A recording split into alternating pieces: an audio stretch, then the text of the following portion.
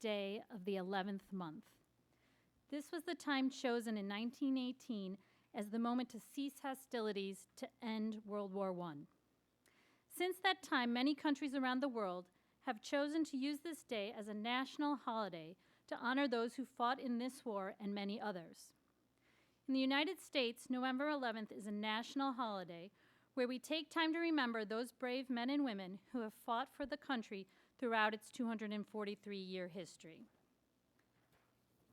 The U.S. military, throughout that time, has included men and women from all walks of life and represents every part of the U.S. population. As a memorial to all of these soldiers, the History Department has decided to highlight a handful of stories of veterans from throughout the history of the country, from the Revolutionary War to the present, to illustrate their many and varied contributions to our country. Many of those chosen have a connection to members of the Brooks community and Massachusetts. As we tell you about these brave men and women, please remember the veterans in your life and the many soldiers currently fighting around the world, working to advance the ideals of their nation. Thank you.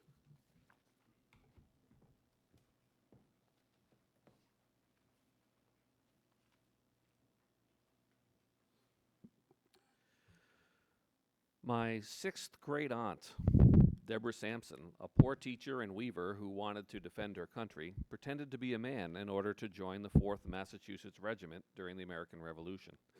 She was wounded several times before being discovered and honorably discharged from the Army. Deborah became the only American woman to earn a full military pension for participation in the Revolutionary War. After the war, she married, wrote a book about her experiences, and tended a small farm with her family. Jenny Hodgers was born in 1843 on the east coast of Ireland. In adolescence, Hodgers stowed away on a ship to the United States and settled in Illinois, whereupon he took the name Albert Cashier and found work as a farmhand. Cashier enlisted in the Union Army in 1862 at age 18, following President Lincoln's call for soldiers to fight in the Civil War. A private in the 95th Illinois Infantry, Cashier's regiment traveled over 9,000 miles and fought in over 40 battles. Cashier was even captured during a reconnaissance mission during the siege of Vicksburg, but escaped.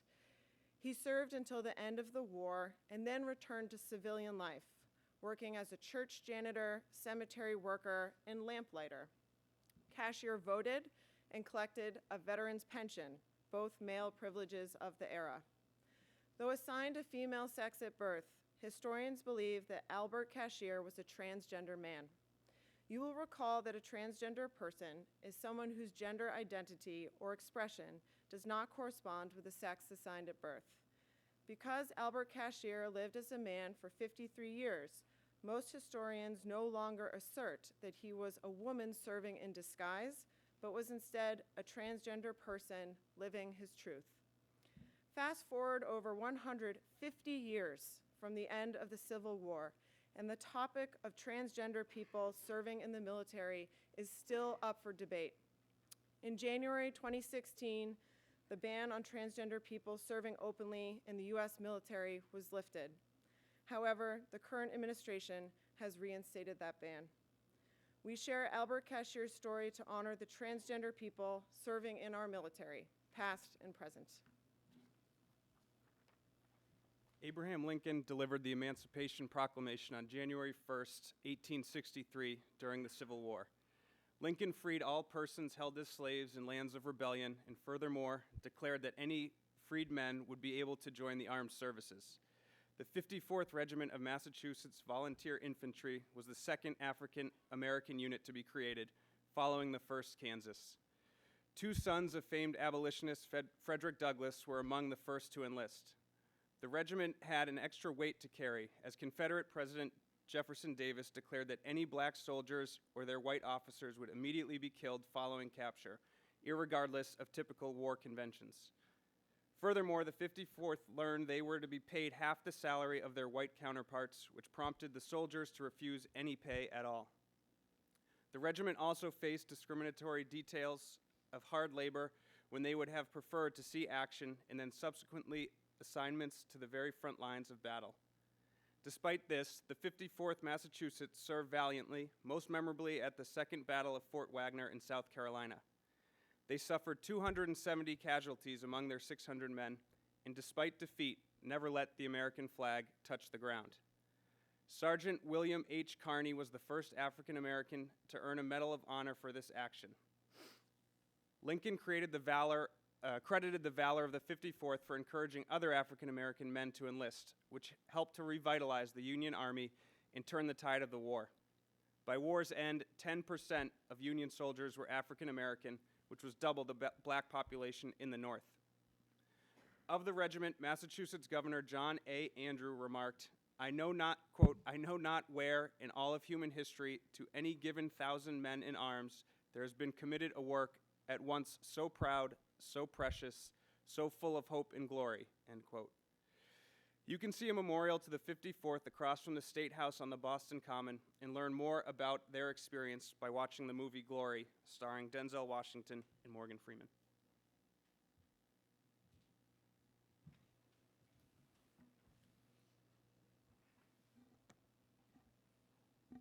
Ira Hayes was a corporal in the United States Marine Corps. He was born in 1923 and lived on the Pima Indian Reservation in Arizona until he entered the Marine Paratrooper Training Program in 1942 at age 19. He's one of the 6 people depicted in the Pulitzer Prize-winning photograph of Marines raising the American flag over Iwo Jima on the 4th day of the month-long battle. Only 3 of the 6 Marines in the photograph survived Iwo Jima. And of all the Marines in Hayes's company, only Hayes and 4 others survived and were fit for duty after the campaign. Because of the cost of the battle, the sensation of the photograph, and Hayes's role, he was detailed to Washington to work in war bond drives after that. He received a huge amount of attention from the press and public. Later, as a civilian, he went to extraordinary lengths to identify the other Marines in the photograph. For example, he walked and hitchhiked across the United States to visit the family of one of his comrades. The man's image had originally been misidentified. Hayes pushed to correct the record. Hayes became deeply uncomfortable with the attention focused on him and by a sense that he was being raised above his fellow Marines. At the Marine Corps War Memorial unveiling in 1954, which recreates the tableau, he was called a hero by President Eisenhower. When a reporter asked Hayes how he liked the pomp and circumstance, Hayes replied simply, "I don't." Hayes likely suffered from what we now call PTSD and died from alcoholism in 1955. He's buried in Arlington National Cemetery. For Hayes, the meaning of his service centered around his fellow Marines. Before he died, he commented, thinking about his alcoholism and his memories, "I was about to crack up, thinking about all my good buddies. They were better men than me, and they're not coming back, much less back to the White House like me."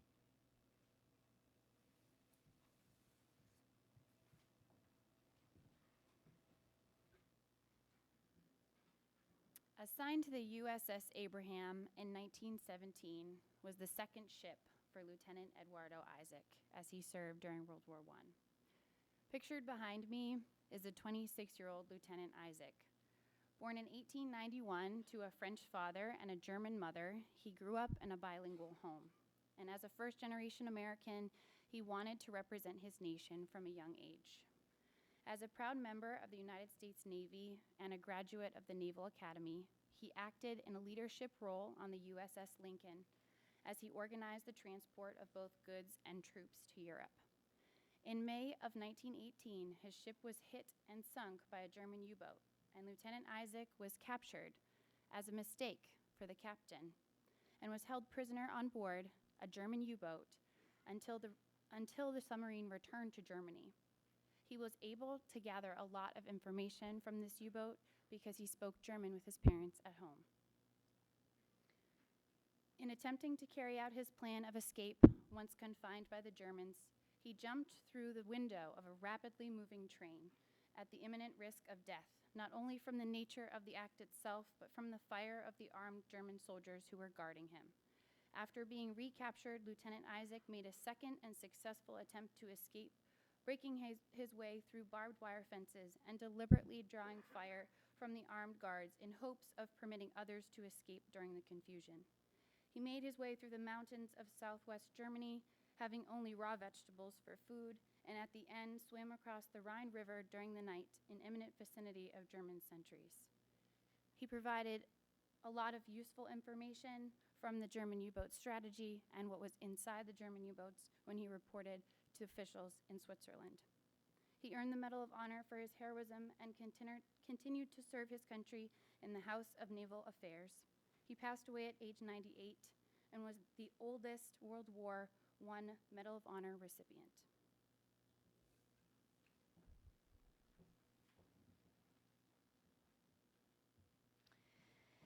This reading is adapted from a History.com article.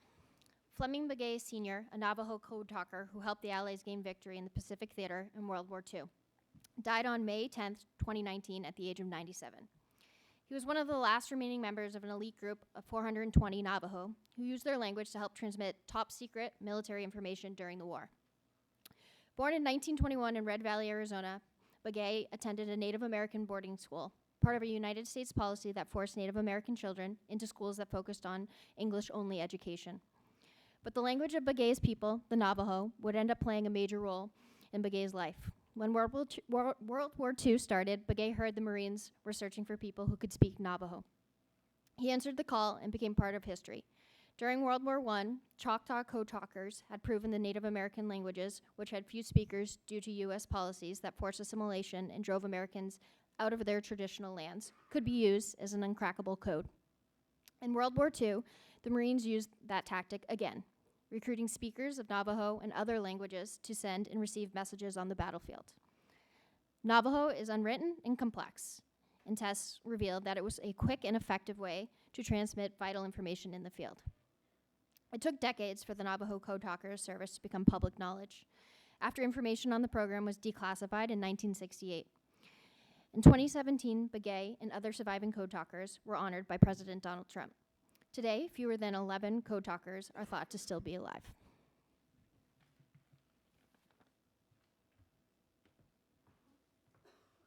Good morning. Born in 1924 in Honolulu, Hawaii, to Japanese immigrant parents, Inoue was a second generation. It's okay. Could we go to Daniel Inoue? Yeah, perfect. Start again. Born in 1924 in Honolulu, Hawaii, to Japanese immigrant parents, Inoue was a second generation Japanese American. Only a teenager when Japan attacked Pearl Harbor in 1941, he served as a medical volunteer in response to the attack. Initially banned from medical service because of his Japanese American ancestry, Inoue began studies in the University of Hawaii's pre-medical program. In 1943, when the Army relented and called for volunteers from Hawaii, he left college to be part of the 442nd Regimental Combat Team. Inoue served in Italy and France during World War II and lost his right arm during the conflict, as well as inflicted several other wounds. He eventually received the Bronze Star, Purple Heart, and Medal of Honor for his service. After the war, Inoue became a lawyer and got into politics since his lost arm prevented him from becoming a surgeon. He became a prosecutor in Oahu. He served in the Territorial House and Senate for Hawaii, and then became the first member of the U.S. House of Representatives when Hawaii became a state in 1959. He then served as the senator from Hawaii from 1963 until his death in 2012. In 2010, Inoue became the president pro tempore of the Senate, which put him third in line for presidential succession. Mr. Hale's son, Commander David Hale, is currently the executive officer of the newly commissioned USS Daniel Inouye, currently under construction at the Bath Iron Works in Maine. On this day, we thank Senator Inouye and Commander Hale for their service.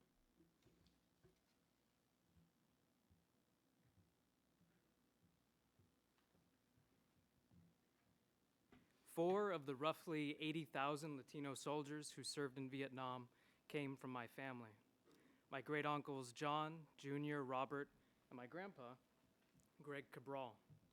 According to political scientist Ralph Guzman, Latinos made up roughly 11% of the U.S. population, yet disproportionately accounted for 19% of the casualties in Vietnam.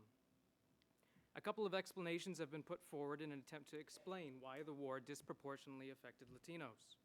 First, most Latino recruits came from poor working-class families and sought economic and social advancement. Two, as an effort to combat discrimination and prove their Americanness, Latino soldiers volunteered in high-risk branches of service, like the Marines, in disproportionate numbers relative to white Americans. I haven't asked my grandpa why he joined, but a combination of the two seems reasonable. Like many Mexican Americans in Southern California, my grandpa was raised on a farm and worked on it for most of his adolescence. In general, most Mexican Americans who went to Vietnam completed only 8 years of schooling. So I guess my grandpa was a cut above average, having finished 2.5 years of high school before he dropped out and enlisted in the U.S. Army. He spent the rest of his teenage years from 1968 to 1971 fighting in the dense jungles of Vietnam. He returned to the United States wounded after a surprise raid on the motor pool he was assigned to left him with a bullet wound to the stomach. He survived the bullet, but the wound that wouldn't go away would manifest itself throughout his life, sometimes as difficulty sleeping, an unease with going out for the 4th of July, anxiety when a car backfired, prolonged periods when he wanted to be alone, and an unstated family policy of don't mention the war. He was finally diagnosed with PTSD about 9 years ago and attends weekly group therapy sessions with other veterans, and he says that helps. This is my experience of Veterans Day. There's no glitz or glamour to my grandpa's story, but this is what I think of because in many ways it captures the experience of my family members, and working class, middle class Americans who served in Vietnam, and it really explains my presence before you today. As a teacher and student of history, I invite you all to explore how the events of the past have made it possible for you to be here today.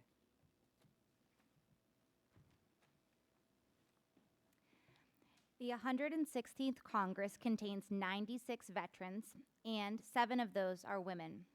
In the past, when all men were required to serve, almost all members of Congress were veterans. However, many of those now serving in Congress volunteered their service in the military. This includes a growing number of women serving in both the Congress and the military. We would like to focus on one of these veterans as a testament to the many veterans who continue to serve their country after leaving the military. Senator Tammy Duckworth was born in Bangkok, Thailand in 1968. Duckworth's father, Frank Duckworth, was a U.S. Army veteran and worked for the United Nations. As such, her family moved around Southeast Asia for much of her childhood. Her mother is Thai of Chinese descent. Eventually, her family settled in Hawaii, and Duckworth attended the University of Hawaii. Duckworth entered the U.S. Army Reserve in 1992, flying helicopters, which at the time was one of the few combat jobs available to women. She served in Iraq in 2004 and lost both of her legs after her Black Hawk helicopter was shot down. She received the Purple Heart, Air Medal, and Army Commendation Medal for her service. She retired as a lieutenant colonel in 2014. After her service, Duckworth decided to pursue public service in the civilian arena. On November 6, 2012, Duckworth was elected to the Congress representing Illinois. She became the first disabled woman elected to Congress. Then, in 2016, Duckworth was elected to Senator for Illinois. Senator Duckworth also became the first U.S. Senator to give birth while in office in 2018, causing the Senate to change rules to allow members to bring infant children on the Senate floor to enable members to breastfeed their children without missing votes. we thank Senator Duckworth for her service in paving the way for women in Congress.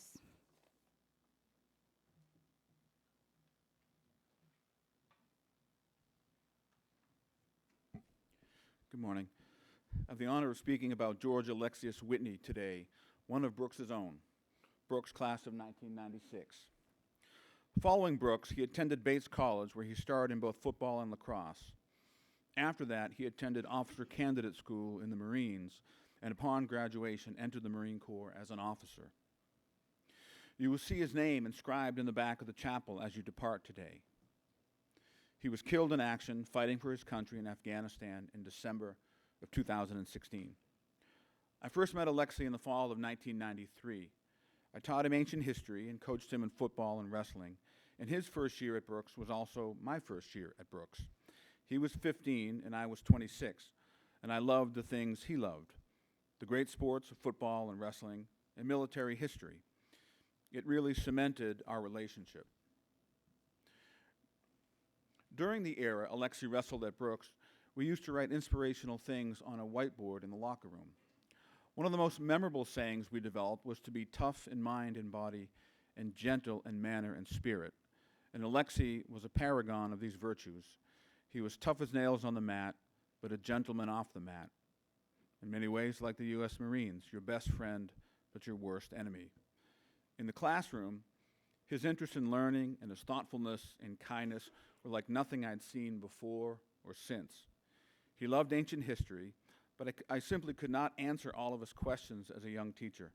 But Alexi had the wisdom and the empathy, way beyond his years, to not ask always in class, where I might be embarrassed by not knowing the answer. He would always ask me after class, simply out of courtesy. I remember that fact so well about him. Scripture tells us that greater love hath no man than this, that he lay down his life for his friends. Obviously, I cannot add to this wisdom, and it captures Alexi's life perfectly. I have no doubt that this was part of some grand plan, not just for Alexi, but for Brooks School and beyond.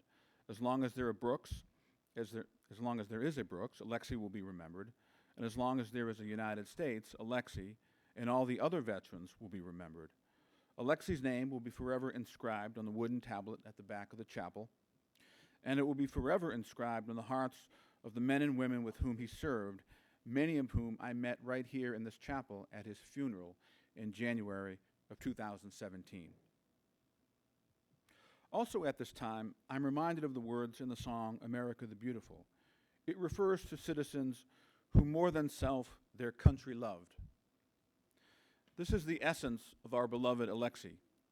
In the time I knew him, he always put service before self and country before self-interest.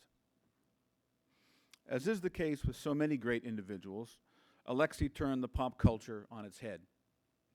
He was service in a selfish world. He was disciplined in a world dedicated to self-gratification. He was courageous in a world that is often cowardly. He judged people by the content of their character, not by the color of their skin or the size of their bank account. As a history teacher, I cannot help but quote President Lincoln from his Gettysburg Address. May I remind you that it was delivered on November 19th in 1863, 156 years ago. The setting was unlike any speech in American history. Lincoln spoke on that day to dedicate a national cemetery at Gettysburg. He stood on the very ground where just 4 months before, the profound carnage resulted in about 48,000 casualties over the three-day battle. Lincoln said, and I quote, "It is for us the living, rather, to be dedicated here to the unfinished work which they who fought here have thus far so nobly advanced. It is rather for us to be here dedicated to the great task remaining before us, that from these honored dead we take increased devotion to that cause for which they here gave the last full measure of devotion, that we here highly resolve that these dead shall not have died in vain." May we all resolve today, on this solemn occasion of Veterans Day, that the service of all our nation's veterans will be cherished, honored, and remembered.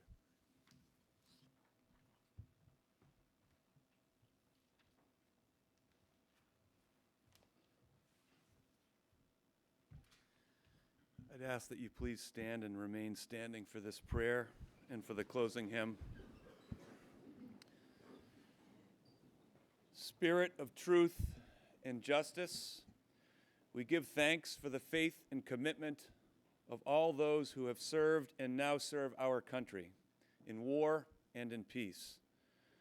May their service always be held up with dignity and gratitude.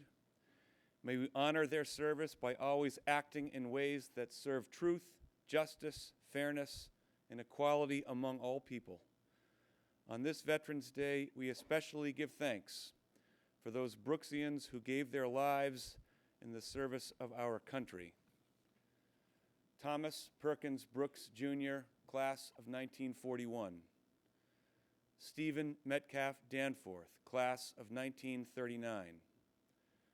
William Ward Frick II, class of 1942. Fletcher Ladd Gill, Jr., class of 1942.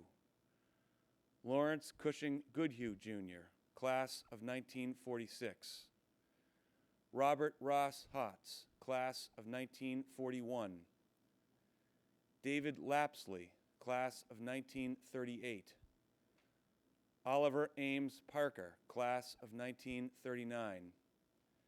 James Neal Thorne, class of 1938. Richard Mortimer Tuckerman, class of 1940. Peter Van Pelt, class of 1936. DeForest Van Slyke, Jr., class of 1939. William Stewart Barr, class of 1957. George Whitney Carpenter, class of 1964. Peter Thomas Nicholson, class of 1979. George Alexius Whitney, class of 1996. May they rest in peace.